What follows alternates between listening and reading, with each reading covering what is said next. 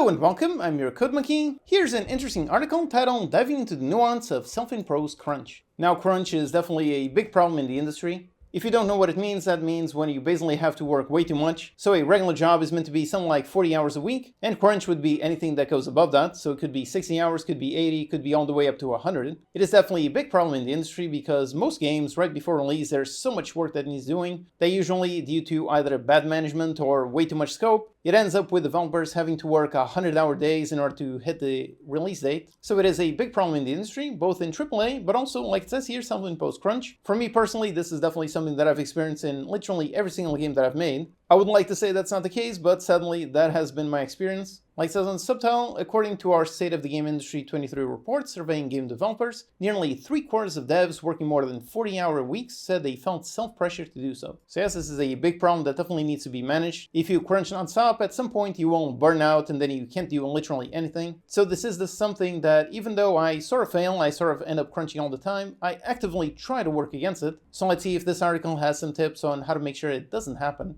Just before that, a quick message. There's an excellent Humble Bundle right now with a mountain of assets, all for just 25 bucks.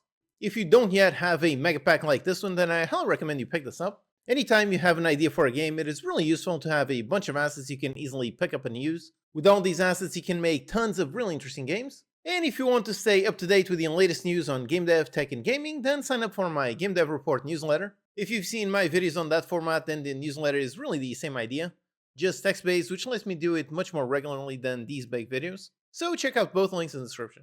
According to our State of the Game Industry 23 report, about 3/4 of game developers noted it's self-pressure as the reason they work more than 40 hours per week. It's by far and away the most common answer to the survey question, what were the major factors that cause you to work more than 40 hours per week, with 36% of devs noting they don't consider their 40-hour plus weeks excessive, 40% mentioned feeling direct pressure from management, and 11% from their peers. Everyone else was working those hours. Yeah, I can imagine that is a big problem when working on a regular company where you're working alongside other people. Even if you yourself want to make sure that you don't crunch, want to keep yourself nice and healthy, if everyone else is working 80 hours, then you can definitely feel quite a bit of pressure even without anyone saying so in order to work those hours. Many workplaces in the game industry are out, enforce terrible practices, and inhibit employees from having anything resembling a healthy work-life balance, which is obviously not okay, and those places should be called out. Those folks in the 14% who said management pressured them, and the 11% who noted peer pressure for the hours over 40, deserve better from their higher-ups. It's on management to keep peer pressure from mounting as well.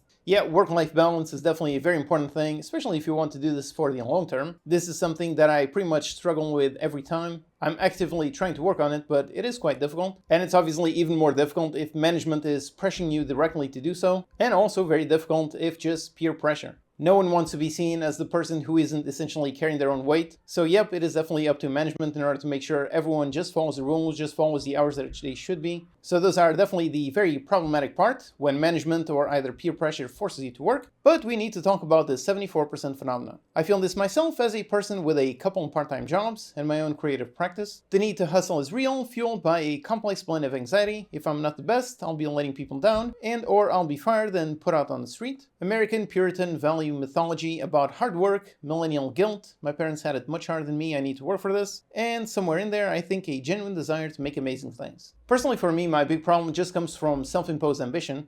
There are so many things that I would love to do, and I want to do them as quickly as possible. So the idea of taking it slow, taking my time, and being like, okay, I'm okay with achieving my goals in 2 years instead of 6 months. Personally, that is my big problem. That is where I really fall. So for me, it is really just based on a genuine desire to make amazing things and try to make them as quickly as possible. That is my problem. All these things and more for many of us combine and make some folks feel like no matter how hard we work, it's never enough and will never be enough, and that attitude is well bad for anyone's health. Yep, I agree. If you're at the point where nothing is ever enough, that is definitely very unhealthy behavior. If you're crunching non-stop all the time, then it's pretty much just a matter of time until you finally burn out and then you can't do anything. So you should definitely work hard to avoid that as much as possible. There's a side of this that isn't inherently bad at all. The desire to make something amazing. If you believe strongly in your project, your game specifically, then what's wrong with putting some extra hours into it? What's wrong with letting that passion fuel you? What's wrong with losing some sleep or straining your relationships in order to make your game the best it can be? Yeah, so this is definitely the part that I can more relate to. I've got many things that I would love to do and I want to do them as quickly as possible. So yeah, I do end up putting extra hours. I do let my passion for the things that I want to do, I do let that fuel me. However, one thing I absolutely do not do ever is losing sleep. That never works. That is a horrible, horrible thing. For me, I always work way too much, but I have never really suffered from burnout. And I think part of the reason is partly because of this, I never ever sacrifice sleep. Every single day, no matter how many projects I have, no matter what deadlines I have, I always make sure to sleep at least 8 hours. So that is one thing that I will not sacrifice, and I do believe that is one of the main reasons why I haven't suffered from burnout. That and taking care of my physical fitness. So for me, I love working out, I go to the gym every single day. That combined with not sacrificing sleep, I do think it is the main reason why I've never suffered from burnout. Certainly this is going towards the extreme end, and I don't mean to imply that anyone who works, say, 42 hours in a given week has immediately descended into a dissociative, damaged, psychotic state from overwork. It's not a bad thing to push yourself, but it is a bad thing to push yourself too hard for too long, and many folks end up learning that the hard way. So yep, it goes back to that. Everyone can work, let's say, 100-hour weeks for 1 to 2 weeks, but if you do it for months on end, yep, eventually you won't burn out and then you can't do anything. So it is perfectly okay to push yourself too hard to hit a particular deadline if you really want, if you really believe in that project and you really want it to be the best it can be, but make sure you don't turn it into just the regular, normal way of working. Like anything else in life, balance is necessary. For some of us, it's elusive and very easy to slide onto the side of doing too much at the expense of other areas in life. I'd be willing to bet that many folks who have been in this industry, or probably nearly any industry, for more than 10 years have racked up their share of horror stories from first-hand experience or from beloved friends and colleagues. Burnout is real and sometimes self-inflicted. Yeah, like I said, this is definitely a big problem in the industry. I don't think there are any stats specifically about solo indie game developers, but I'm pretty sure that I'm not an outlier when I say that I've crunched in pretty much every single one of my games. So yeah, both in either AAA or just working on a company or working by yourself, self-imposed crunch and burnout are definitely problems that you have to be very aware of. It's not easy to recognize at any time in human history, let alone for folks working in the throes of late capitalism, in the middle of a pandemic that is still very much raging on. I certainly can't offer any brilliant solutions beyond the usual call for universal healthcare that's inclusive of robust mental health services, the availability of healthy hobbies outside of work, and the community building that includes networks of support and care. Yeah, I agree, this is very important. Taking care of your mental health is just as important as your physical health. Being able to analyze yourself and figure out, okay, when am I getting way too stressed to the point that it's unhealthy? It is really important to have that self-analysis. Having healthy hobbies outside of work. Like I said, for me personally, I love the gym, so that is my main hobby, which really helps. It really helps counteract all the time that I spend sitting here and just looking at a screen. And community building that includes networks of support and care. Now for me, I'm not much of a social person, but if you are, then yep, definitely having a nice support structure, having people around you that you can talk to about any issues, that can definitely always help. There's certainly some hope in the statistics here that only 14%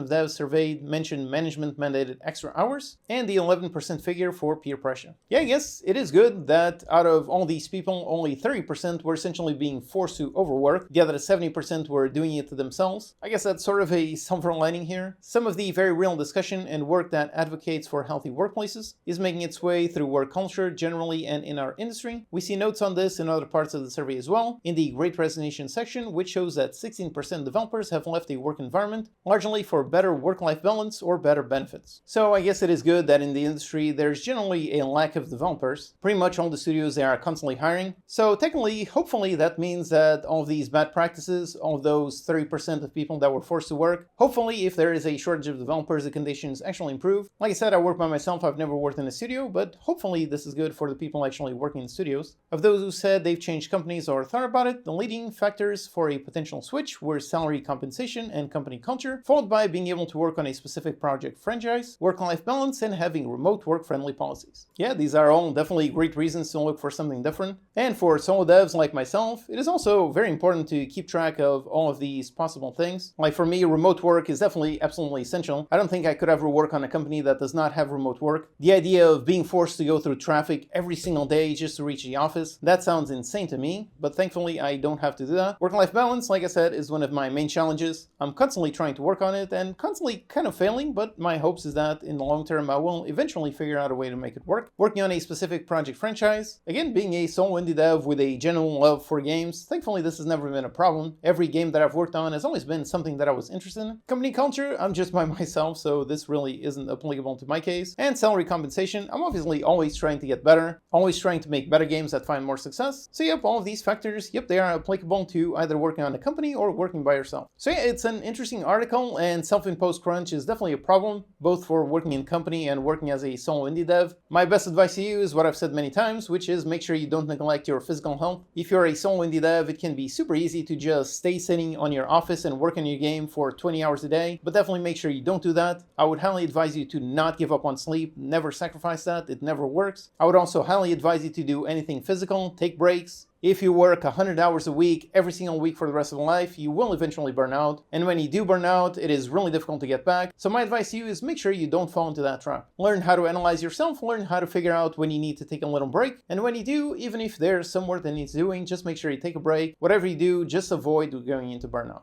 Alright, so I hope you found it interesting to hear my thoughts on this topic. Thank you for watching, and I'll see you next time.